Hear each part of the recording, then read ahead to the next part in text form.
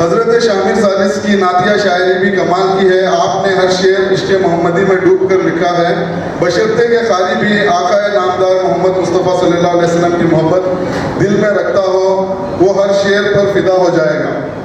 جس طرح علامہ اقبال نے شہر مدینہ کی تڑپ کو محسوس کر کے فلسطین میں نظم ذوق و شوق لکھی، کچھ اسی طرح کی کیفیت حضرت قبلہ کے کلام میں جا بجا محسوس ہوتی ہے. نمونے کے طور پر چند اشعار ملاحظہ فرمائیے. صدمہ ہجراں سہا جاتا نہیں، درد دل پنہا کیا جاتا نہیں، اب مدینے کو میں جاؤں کس طرح، زوف سے بیٹھا اٹھا جاتا نہیں. اقامت مدینے کی حاصل ہو مجھ کو، نہیں اب دکن میں گزارا محمد، تھا زیارت سے جو محروم یہ ورد میرا، حیف صد حیف کہ اب تک نہ مدینہ دیکھا. مدینے میں مجھ کو نبی جی بلانا، مجھے پیارا روزہ تمہارا دکھانا، اقامت مدینے میں ہو مجھ کو حاصل، نہ ہو ہند میں پھر میرا آنا جانا. تصوف صوفیاء کرام کا خاص شکل رہا ہے، اس میں ڈوب کر ہی وہ منزل حق کو پا لیتے ہیں. چند اشعار تصوف پر مبنی ملاحظہ فرمائیے. رب جو بندے میں نہاں تھا مجھے معلوم نہ تھا، رب جو بندے میں نہاں تھا مجھے معلوم نہ تھا، نحنو اقرب سے آیا تھا مجھے معلوم نہ تھا، ہے ہوا الظاہر والباطن گویا یاد مجھے، کیوں تھا اور کیا تھا کہاں تھا مجھے معلوم نہ تھا. صاحب قبلہ کا دل قرآن اور احادیث سے اس طرح منور تھا کہ نعتیہ شاعری میں بھی انہوں نے برجستہ طور پر قرآن آیات اور احادیث کا تذکرہ کرنے میں کوئی کسر نہیں چھوڑی. ان کا کلام پڑھ کر ایسا محسوس ہوتا ہے کہ ان کا نوک قلم خرطاس کی جائے نماز پر سجدے کر رہا ہے. چند شعر ملاحظہ. دل ربا دل سے دل ملا دینا، دل ربا دل سے دل ملا دینا، نکتہ احببتو کا سنا دینا، کل شیئن محیط قرآن ہے، درمیاں کون ہے بتا دینا، کنتو کنزن کا تیر دل پہ لگا، ہو کہاں تم ذرا بتا دینا، نحنو اقربو کہاں ہے جب تم نے، نحنو اقربو کہا ہے جب تم نے، دل میں لازم ہوا جگہ دینا، ہوا معکم و اینما کنتم، سن کے ہستی کو ہے مٹا دینا، آئینے اینما کا بتلا کر عکس کو شخص سے ملا دینا. ایک اور نعت میں اور ایک نعت کے چند اشعار ملاحظہ فرمائیے. خود انت انا اس کے لیے حق نے کہا ہے، خود انت انا اس کے لیے حق نے کہا ہے، کیا مرتبہ شاہ رسول صلی اللہ ہے، کیا شان محمد ہے کہ خود حضرت حق نے لولا کے لمحہ کہہ کے اسے یاد کیا ہے. کچھ رتبہ احمد وہی سمجھا ہے کہ جس نے، کچھ رتبہ احمد وہی سمجھا ہے کہ جس نے قرآن میں ماکانہ محمد کو پڑھا ہے. واللیل سے ہے صاف عیاں زلف کے معنی، والشمس سے ملتا ہمیں اس رخ کا پتہ ہے، دن رات یہی کہتا ہوں اے شاف محشر، سو جان سے تم پر دل شمیر فدا ہے.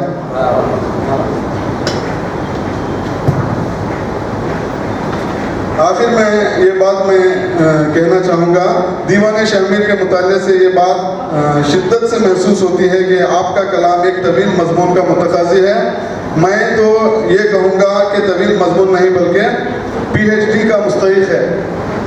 دیوان شمیر جس کا ہر شعر معنی کے سمندر سے لبریز ہے، اس پر اگر کوئی بہترین محقق جو تصوف سے جس کی دلچسپی ہو اگر وہ پی ایچ ڈی کرے گا تو یہ کتاب کافی ہے اس کے پوری پی ایچ ڈی کے لیے. شکریہ. ڈاکٹر محمد نثار احمد صاحب سے گزارش کرتا ہوں کہ وہ اپنا مقالہ پیش کریں. اس سیمینار میں میرے مقالے کا موضوع ہے اردو ادب کے فروغ میں صوفیاء کرام کی خدمات، اور جامعہ دکن حضرت شاہ کمال رحمۃ اللہ علیہ کے خصوصی حوالے سے. اردو ادب کے فروغ میں صوفیاء کرام کی خدمات ناقابل فراموش ہیں. ابتدائی سے اردو زبان کو صوفیاء کرام نے پروان چڑھایا ہے. اور ان کے خانقاہوں میں اردو زبان کی آبیاری ہوئی۔ اردو زبان کی ابتدائی تاریخ کے مطالعے سے واضح ہوتا ہے کہ اس کے فروغ میں صوفیاء اکرام کا نمایاں کردار تھا۔ زبان کی تشکیلی مراحل سے اس کی ترقی تک صوفیاء اکرام کے مختلف سلسلوں نے اس کو اختیار کیا اور اس سے قربت کا محرک بنے۔ اگرچہ صوفیاء اکرام کا مقصد تبلیغی و اصلاح تھا، مگر بندگان خدا تک ترسیل و ابلاغ تھے۔ ایک ذریعے کے طور پر انہوں نے اس زبان کو اختیار کیا۔ کچھ تو ان کا خلوص اور جدوجہد اور کچھ اردو زبان کا عوامی لہجہ دونوں نے مل کر ایک دوسرے کو تقویت بخشی۔ واقعہ یہ ہے کہ صوفیاء اکرام ایک ایسی دنیا کی تعمیر میں منہمک تھے جہاں دنیا دار کا سائبہ تک نہیں تھا، بلکہ ایثار و اخلاص کی کار فرمائی تھی۔ ایثار و اخلاص کے اسی ماحول میں اردو زبان نے اپنا سفر شروع کیا۔ شمس الرحمن فاروقی نے شیخ بہاؤالدین بازن کو اردو کا پہلا باقاعدہ ادیب قرار دیا ہے۔ شیخ بازن نے خزائن رحمت اللہ کے نام سے اپنا فارسی اور ہندوی کلام کا مجموعہ مرتب کیا۔ اس میں صوفیاء کی معروف و مقبول صنف سخن ذکری بھی شامل تھی۔ شمس الرحمن فاروقی نے اس کتاب کے بارے میں لکھا ہے، خزائن رحمت اللہ میں شیخ نے ایک عرصے طویل کے لیے اردو زبان اور ادب کے حضور کو ارباب بیان کر دیے۔ اس کی زبان ہندوی ہے، اس کی بحریں ہندوستانی بھی ہیں اور فارسی بھی۔ اس کے مضامین مذہبی صوفیانہ بھی ہیں اور دنیاوی بھی۔ اس شاعری کی جڑیں عوام میں گہری ہیں اور ہر دل عزیز بن جانے کی صفت اس میں پوری طرح موجود ہے۔ اس کے معاملات میں زہر، روحانی اور صوفیانہ پاکیزگی نمایاں ہے۔ وطن کی محبت بھی ایک نمایاں وصف ہے۔ اقتباس ختم۔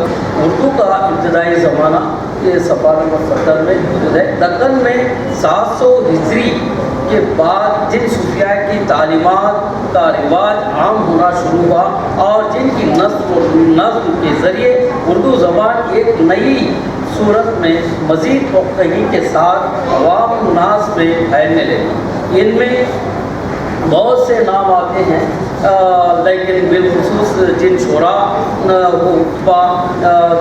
اور نثر نگاروں نے تصوف کی تعلیمات کے ذریعے اردو زبان کو عروج بخشا، وہ بہت نمایاں اور کثیر تعداد میں موجود ہیں۔ ان میں چند ایک نام مدرسین ہے: سید محمد اکبر حسینی، عبداللہ حسینی شاہ میران جی، شمس شاہ اور وجہی شاہ، راجو حسینی، برہان الدین جانو شاہ، امین الدین اعلیٰ وغیرہ قابل ذکر ہیں۔ اردو کے فروغ سے تصوف کا فروغ ہوتا ہوا نظر آتا ہے اور تصوف کی تعلیمات کے فروغ سے اردو کا ان لوگوں نے اپنے تصنیفات و تالیفات کے ذریعے اردو زبان کو جتنا فروغ دیا پہنچایا، اتنا ہی تصوف کی تعلیمات کو بھی عام کیا۔ اب دیکھیے یہ دو کام ایک وقت ایک ساتھ ہوتے نظر آتے ہیں، اور محمود شیرانی کا یہ اعتراف بالکل بجا ہے کہ اردو زبان زیادہ تر خانقاہ نشینوں کی گود میں پلی ہے۔ اب دیکھیے یہ دکن اور شمال میں 14ویں اور 15ویں صدی عیسوی میں جہاں اردو بنانے اور سنوارنے میں ان خطوں میں مقیم صوفیاء کا اہم کردار رہا ہے، وہیں گجرات میں بھی یہ سلسلہ جاری و ساری نظر آتا ہے۔ اس ضمن میں بابائے اردو مولوی عبدالحق کا اقتباس قابل اعتبار ہے، اور کیا ہے مستند بھی میں سمجھتا ہوں، اور کیا ہے ملاحظہ فرما یہ فرماتے ہیں، یہ بات قابل غور اقتباس شروع، یہ بات قابل غور ہے کہ دلی کی حکومت حکومت یا اہل دہلی نے جس جس خطے میں قدم رکھا، خواہ وہ پنجاب ہو یا گجرات، دکن کے صوبے ہوں یا مدراس، وہاں انہوں نے زبان پر اپنا نقش ضرور چھوڑا، اور وہ نقش ایسا گہرا ہے کہ اب تک اجاگر نظر آتا۔ اور اس بارے میں اہل اللہ اور صوفیاء کو نہیں بھولنا چاہیے، ان کے نام اس فہرست میں سب سے پہلے آتے ہیں۔ ان کی یہ خدمت دینی خدمت سے کچھ کم نہیں تھی۔ گجرات میں بھی ہم دیکھتے ہیں کہ ان بزرگوں نے اپنی تعلیم و تلقین کے لیے اس زبان سے کام لیا ہے جو عوام میں بولی یا سمجھی جاتی تھی۔ چنانچہ حضرت قطب عالم اور حضرت شاہ عالم، شیخ بہاؤالدین باجن، سلطان شاہ غزنی کے اقوال جو ہندی اور ہندوی آمیز اردو میں ہے اب تک موجود ہے۔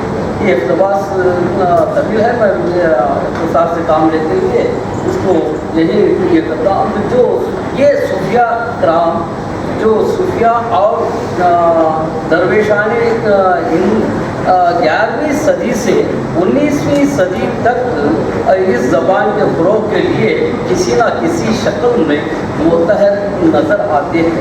ان صوفیہ نے اردو کو ہندوستان میں باحیثیت زبان پروان چڑھانے اور ملک کے کونے کونے تک پھیلانے کا جو کارنامہ انجام دیا ہے، اس سے یہ انکار نہیں کیا جا سکتا۔ اور یہی نہیں کہ بلکہ انہی وجہ سے عوام میں اس زبان سے لگاؤ اور قربت اور پیدا ہوئی، جس نے یہ بولی کو زبان کی شکل دی۔ اور انور رسد رصدیق جو اقتباس ہے یہ بھی قابل ذکر ہے۔ اقتباس یہ لوگ حب دنیا، حب جاہ اور حب دولت سے آزاد تھے۔ دنیا پرستوں کو صداقت کی راہ دکھانا ان کا مقصد حیات تھا۔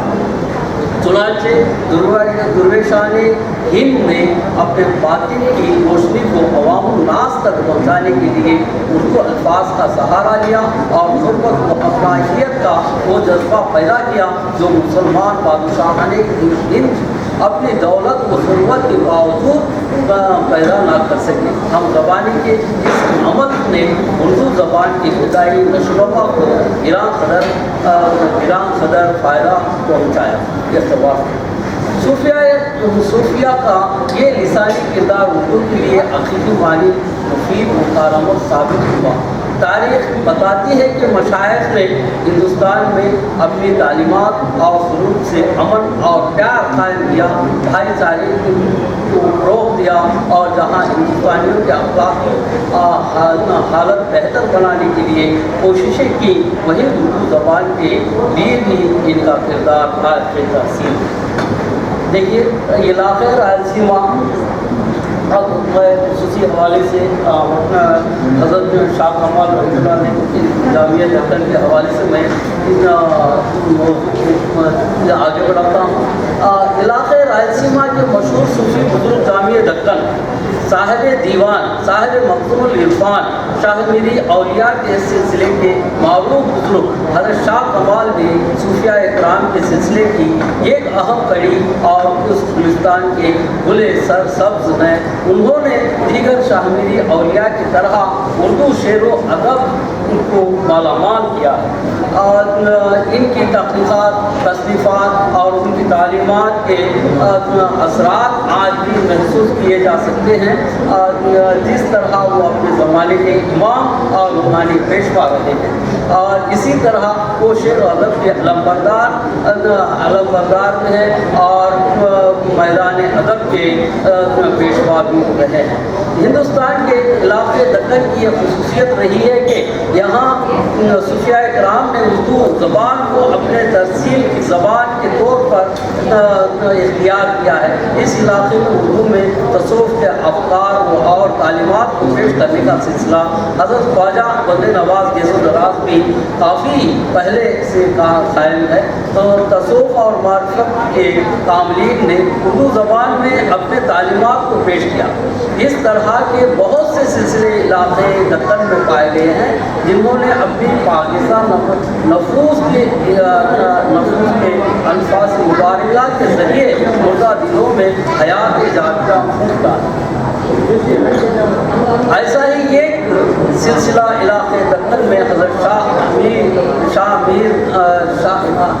شاہ میر اولیاء اور آپ کے اولاد کے ذریعے جاری کو ساری ہوا، جس کے سب نمایاں گلے سب حضرت شاہ کمال رحمۃ اللہ علیہ نہایت ممتاز اور فائق ہوئے۔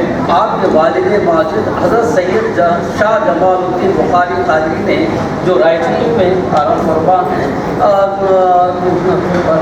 بخاری قادری نے بھی اپنے فیوز و برکات سے علاقے دکن کے سنجاب علاقوں کی آبیاری کی اور چٹیل میدانوں میں محبتوں اور عقیدتوں کے دلہائے رنگا رنگ مہک سے معطر کر کے واضح لازار بنا دیا۔ اب دیکھیے حضرت لاشبہ حضرت شاہ کمال رحمۃ اللہ علیہ ہندوستان کے صوفیاء کرام میں اس اعتبار سے منفرد ہیں کہ راہ سلوک اور تصوف اور معرفت کی پیش آمدہ نازک سے نازک کیفیتوں کو علمی و تحقیقی انداز میں پیش کرنے میں آپ کا کوئی جواب نہیں۔ اور بر صغیر ہند و پاک کی بات نہیں بلکہ عالم اسلام میں کوئی صوفی مشرف اور طریقت معاب شخصیت تصوف کے حال کے انداز میں علمی لغو لہجے میں اور استدلالی رنگ و آہنگ میں آپ کی طرح پیش کرنے سے خاص نہیں۔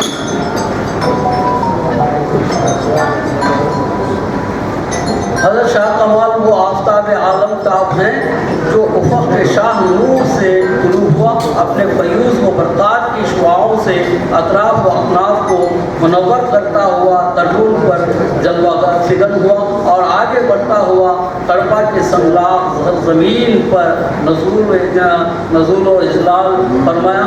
چونکہ آپ کے اسلاف بالخصوص آپ کے والد ماجد کا مرکز ہدایت کو تبلیغ کرنول اور بعد کڑپا ہو گیا تھا، اس لیے حضرت شاہ کمال اول نے گرم کنڈا کو اپنا مائع مسکن بنایا اور رشد و ہدایت اور فضل و نصائح کا کام یہیں سے جاری رکھا۔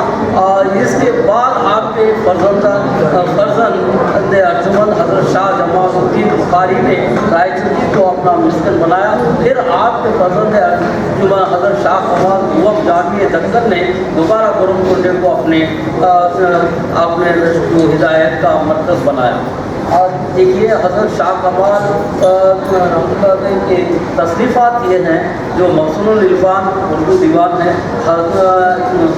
معراج نامہ، ضیافت نامہ، چکی نامہ وغیرہ جو بہت سے جو اصناف سے نعت کوئی خاص شاعری ہے جو کیا ہے بہت اچھے جو ڈوب کر محبت میں ڈوب کر آدمی صلی اللہ علیہ وسلم کے عشق میں ڈوب کر لکھے ہوئے نعتیں آج بھی مشہور ہیں اور چکی نامہ آج بھی مشہور ہے، ہر جگہ پڑھی جاتی ہے، سنی جاتی ہے۔ اور اس لحاظ سے ہمیں جامعہ دکن کے ادبی خدمات زبان کے زبان و ادب کے تعلق سے یہاں پر جو موقع دیا گیا میں اور طویل ہے پھر بھی میں اختصار سے کام لیتے ہوئے یہی اختتام پہنچتا ہوں جو شکریہ۔